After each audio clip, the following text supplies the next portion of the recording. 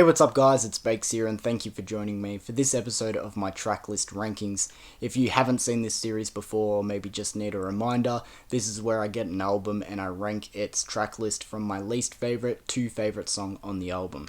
Today's album is by one of, if not my favourite band of all time, Fall Out Boy, and it's their fourth full-length studio album from 2008 titled Folie, Deux. Now, if you have heard me speak about this album before on my channel, you guys would know that I'm never shy in expressing how much I fucking love this album. I genuinely don't think there are any bad songs on the catalogue of this album, so put two and two together, this was a really hard track list to complete. I tried not to burn my brain over it and kick myself too much about the positioning, just because it is so interchangeable. You know, if I was to do this list a week from now, maybe a month from now, a year from now, whenever it is, it could look totally different because you feel so bad about putting a song that you genuinely love last, or you go, is this one too high? And you start to fiddle with it too much, but revisiting the album for this tracklist ranking and random album review, which I've also completed and is up on my channel if you want to know my entire thoughts of the album as a whole.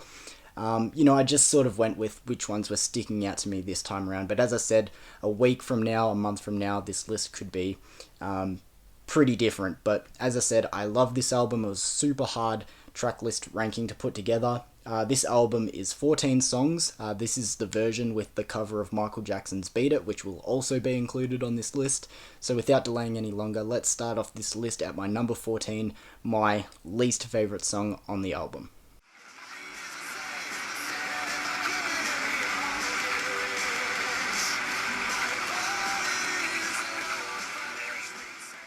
Coming in at my number 14 is the song 27. Now again, I just want to reiterate, I don't think there are any bad songs on this album, and again, this is not a bad song. But checking out this album again, and as I said, revisiting all the songs, this is one that stuck out to be a little bit more underwhelming compared to the rest. Just purely because I guess I thought I liked this song more than I did. I always sort of imagined 27 to fall somewhere in the middle, maybe towards the back a little bit of the catalogue, but this time around, as I said, I found it to be the most underwhelming of the batch, so by default, I guess, comes in last, but just kind of keeps a steady pace the whole way through the song. Not really any huge momentum changes with this one. The verses aren't anything overly too interesting. The choruses don't belt out and hit you as much as others because, again, this album is full of so many great hooks and choruses. This one is just sort of alright, solid enough. The biggest change comes in with the guitars during the bridge, but overall there's not much else. So coming in at my number 14 is the track 27.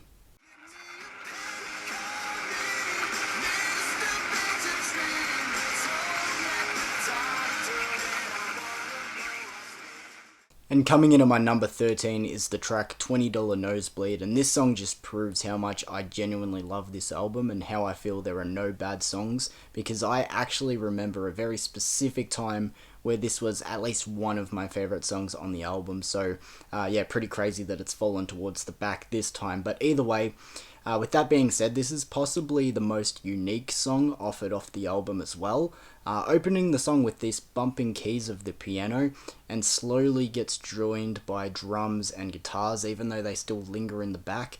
But then trumpets get kicked into it with Brendan Urie featuring in the vocals. He is the lead singer of Panic at the Disco, for those who don't know.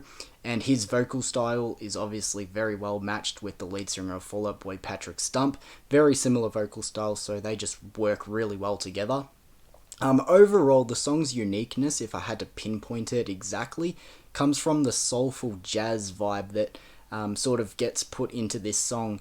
Now, the song does close with Pete Wentz, the bass player, doing his spoken word poetry stuff that isn't uncommon. He has done it before, but to be completely honest, it's not something I overly care for. Not bad, but it's not like I'm going into this song going, yes, this is the one where he does that poem thing towards the back. However, he does finish on this scream that turns into a very good transition into West Coast Smoker, the following song, and it's so seamlessly good.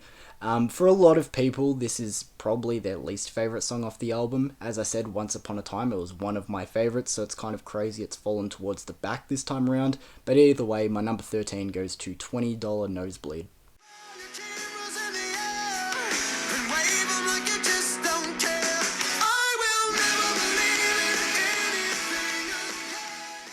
Coming into my number 12 spot is Coffees for Closers. Now, this was a weird one during the whole ranking process. I wasn't too sure where it was going to finish. It just kept constantly dropping and then rising. This is the one that changed spots the most. But with that being said, the song kind of opens with this orchestral thing with strings, and it constantly comes in and out the song throughout the runtime, but mostly features in the intro and especially the closing. But then the verses find a good balance of being fairly simple, but then building into something more as they go, sort of sharp, punchy guitar strums. But then it plays it as simple as possible, but still super catchy in the pre-choruses, where it just turns into vocals and drums alone. And while I'm on the topic of the drums, they are just consistently good throughout the whole song. They're constantly getting the shit smacked out of them, and it sounds so fucking cool. But like I said, just left with the vocals and the drums and, you know, the line, fly your cameras in the air and wave them like you just don't care. And it's easy to sing along to, but it just tees it up for a home run chorus. And it quickly switches it up into the change will come part, which I just fucking love. And as I said before, closing with the orchestral part again, the trumpets kick in and then a crew of violins to wrap it up. This song kind of has it all. As I said, it was just constantly moving up and down this ranking, so my number 12 goes to Coffees for Closers.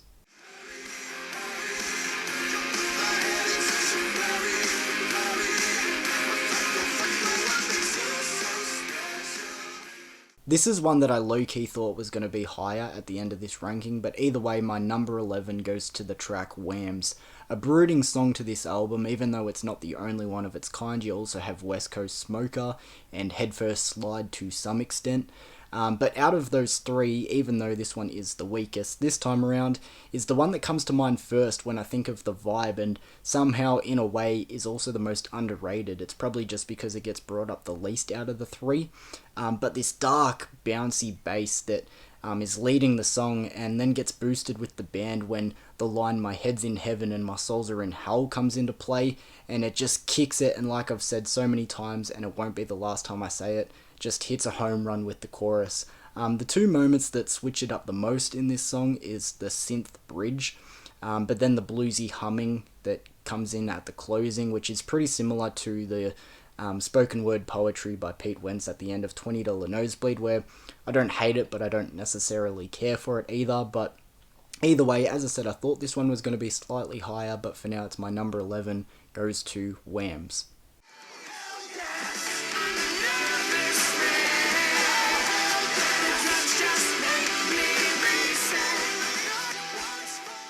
Coming in at my number 10 is a song that I just briefly brought up before when I previously mentioned Whams, because it has very similar vibes. Very similar. It actually has a very similar structure as well, but my number 10 goes to West Coast Smoker. The song instrumentally, again, is carried by a very dark, bouncy bass with a brooding tone throughout the whole track.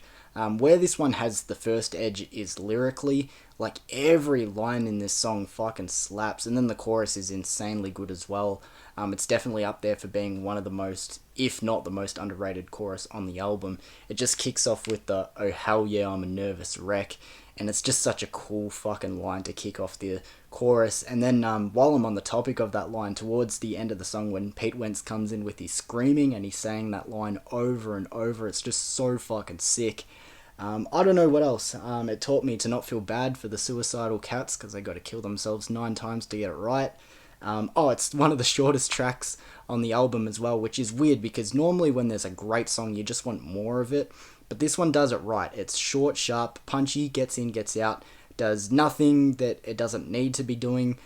This is actually the only song after this whole ranking where I'm like, fuck, it could have actually been a little bit higher because it really grew on me, particularly with this re-listen, but my number 10 goes to West Coast Smoker.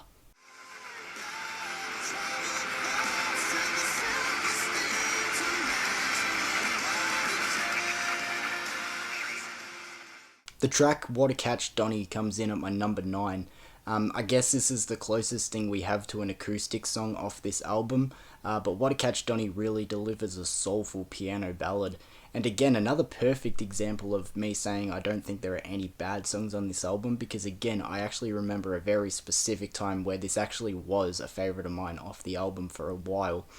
Bonus points because I don't think there's ever been a piano ballad by any artist to be a favourite of mine, so that's definitely worth a head nod as well. But either way, like I said, very soulful with great lyrics, driven home by Patrick's, as always, great vocal performance. And like I said, just pretty much piano and vocals the whole way through till the choruses, and of course the bridge and closing as well. And then the nah-nahs to come in, so fucking catchy, while a rotation of lyrics from previous hits plays in the background. And to be honest, I'm actually unaware if they're specific songs in particular. I've never actually checked. I'm guessing it's songs that, hit a certain milestone or something, but either way, What a Catch Donny comes in at my number 9.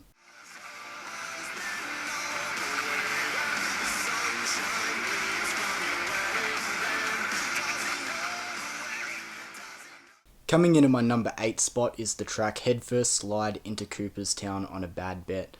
Trust me, that was not my first take saying the song title. As much as I fucking love this album, and I've listened to this album back to front so many fucking times, I never get the song title right, but got it right that time. As I said, was not my first take. But either way, for some unknown reason, when I was younger, I didn't really care for this song that much. Again, it's not like I thought it was bad, it just didn't click with me for some reason, but obviously it's grown on me over time, and it's now around the middle of the pack for me.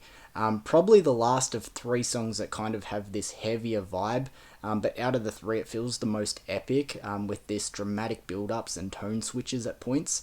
I'm going to keep this one short and sharp, but I really do think it has so many layers that work. It's really atmospheric, with this brooding while also taking chances to slow it down with just vocals and pianos at points. So my number 8 goes to Headfirst Slide into Cooperstown on a Bad Bet.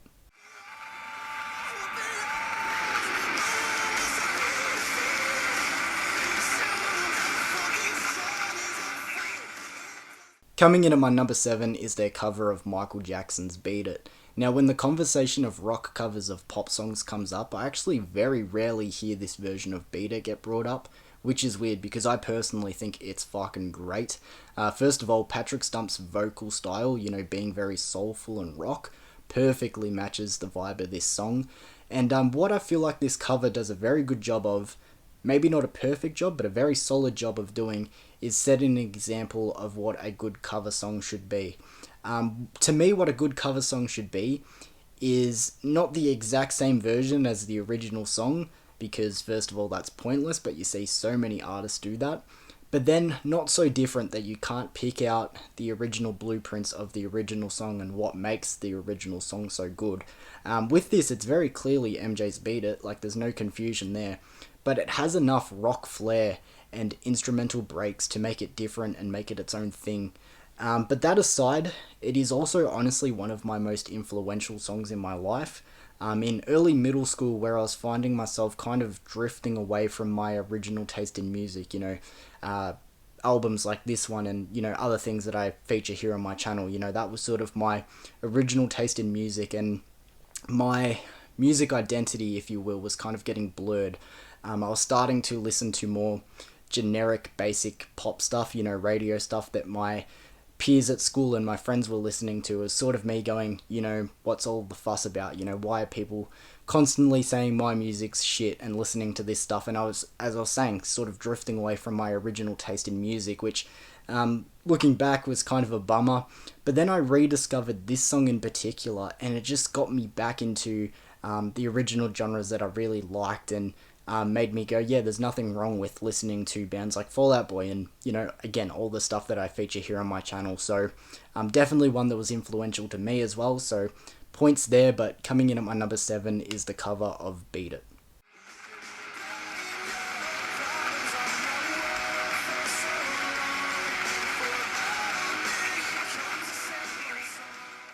The track The Shipped, The Gold Standard comes in at my number 6, and I'm going to try and keep this one a little bit shorter since I ravelled on a little bit with my number 7 Beat It.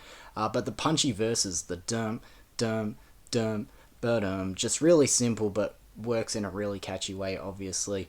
But then again, another tee up to a home run chorus. The line, "I want to scream I love you from the top of my lungs, but I'm afraid that someone else will hear me." It's just so fucking good. Chef's kiss. But then the change of the flow to the bridge, where it sounds kind of like snapping. I'm guessing it's fucking drumsticks, but it almost sounds like jazzy tap dancing in a way. It works really fucking well. And I know I said all of the writing throughout this album is really solid, but the lyrics in this one especially I want to highlight. So my number 6 goes to The Shipped, the gold standard.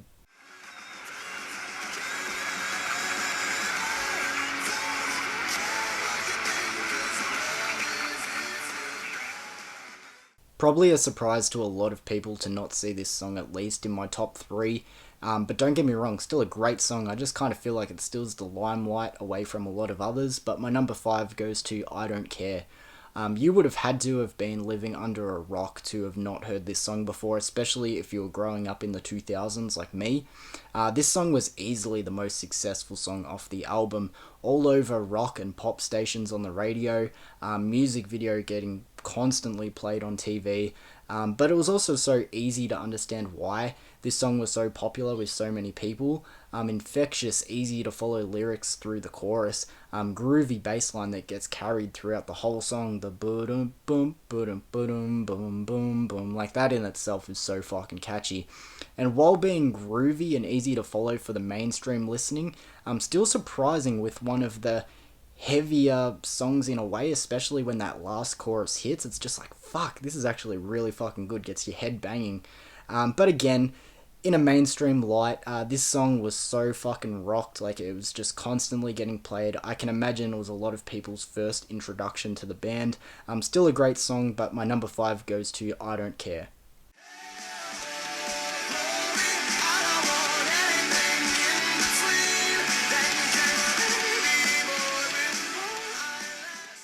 This would have had to have been the song that got stuck in my head the most while re-listening to the album for this tracklist ranking and the review that I also did, but my number 4 goes to She's My Winona.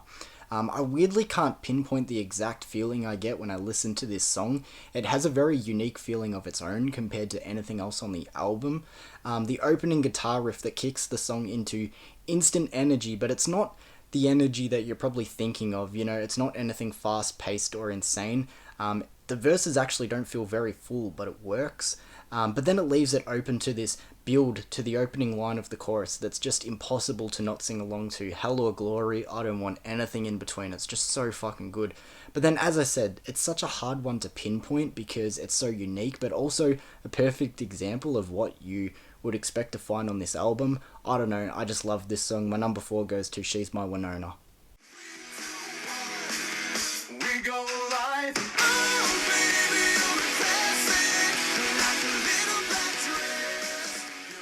If I had to pick one song off this album to be genuinely the most underrated, I'd probably go with my number 3 being Tiffany Blues. It's got a really interesting opening that gets carried out to the verses, very mellow and groovy, but then as always builds up to the chorus. You've got the 3, 2, 1, we go live, and bang. The chorus actually doesn't do anything overly flashy, it doesn't overcomplicate things. It keeps it pretty low key, just really catchy, just does exactly what it needs to do. The bridge is where the song probably shows its most unique factor. It has a line in the lyrics that mentions gravity, but not just that, it sort of feels like outer space-like. It's not doing anything, again, too flashy or anything, it just has this effect on the vocals and everything that changes it up a little bit. I don't know, I just really like it. I don't know why I say it's probably the most underrated. Maybe it's because it falls somewhere towards the back. You don't hear a lot of people bring it up, but for me it's got to be the most underrated pick. My number 3 being Tiffany Blues.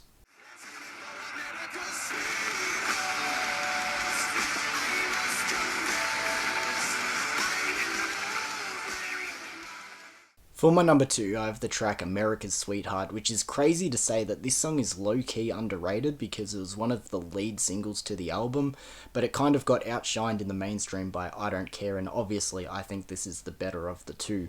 But either way, a whimsical, funky build-up in the verses to a powerful, infectious chorus that never fails to hit. And someone correct me if I'm wrong, but I feel like there's a little bit of sneaky cowbell in the pre-choruses, which of course is always welcome. I got a fever, and the only prescription is more cowbell. For an album where I feel like pretty much every song has been a favorite at one point in my life, you know, the list has been pretty fluid and changing over time. This is one for a long time that has always been a consistent favorite for me. And like I said, it's probably not right to say it's the most underrated. As I said before, that probably goes to Tiffany Blues, my number 3 pick. But for those who are saying, you know, they don't remember this song being that great, or maybe they're just thinking, I don't care, it was so amazing and this one just pales in comparison, go back and check out America's Sweetheart because it's so fucking good, and that's why I have it at my number 2.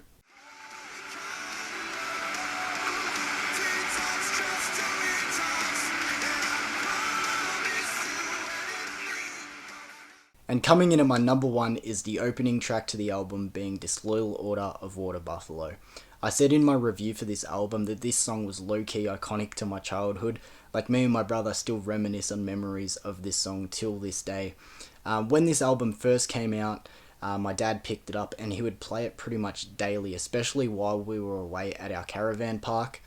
So I'm taking you back a little bit. 2008, I would have been 7, maybe 2009 as well, because this album came out really late in 2008. So I would have been like 7 or 8 years old at our caravan park. The opening chime to the intro to this song would just ring out around our site, and we would know that we're about to listen to Folie from front to back. And as I said, he would play it daily. Sometimes the album would finish and he would just play it over again. And as I said, that opening chime would just pretty much signal to us that we're going to listen to the album, and it was so fucking cool. As I said, we still talk about it till this day. So if you can't tell, there definitely is a little bit of bias with this being my number 1, but I still think it's such a great song and such a great choice to open the album with as well. Great anthemic hook, which you always just want to belt out, and it gets carried over to the bridge where it literally gets turned into a chant. And like I said, the opening chime ringing out, it's almost feeling like you're going into church or something, you know, the organ playing or whatever. It's so fucking cool. I love coming across something new when I listen to a song that I know really well. And one thing I wanted to highlight is the swinging drums during the pre-chorus. Like, listening to it this time around, it's something that really stuck out to me, which I loved. Overall, great track to kick off the album. Sets the mood, of course, for the rest that's going to come, because the rest of the album is a smash hit too. But for now, my number 1, the opening track being Disloyal Order of Water Buffalo. So there we go, guys. Thank you for joining me for this episode of my tracklist ranking. As I said, an album where every song is a hit. It was super hard to actually put this list together. Like, I have not done a tracklist ranking so far where, you know, there isn't at least one song where I don't mind putting it last. This one, like, it really hurt to put, what did I have, 27 in the last spot position, you know, that sucked, but there's just so many good songs, and I love sharing them with you guys. So if you are familiar with this album, let me know your favorite songs in the comments below. You know, let me know what you thought of my list, you know, where some of your favorites would have ranked. But thank you for joining me for this episode, guys. If you want to know my thoughts of the album in full, go check out my random album review. Should be up at the same time. If I remember, I'll link it in the description below. Should be easier for you guys to find. And thank you for joining me again, guys, and I'll see you for another video soon. Peace.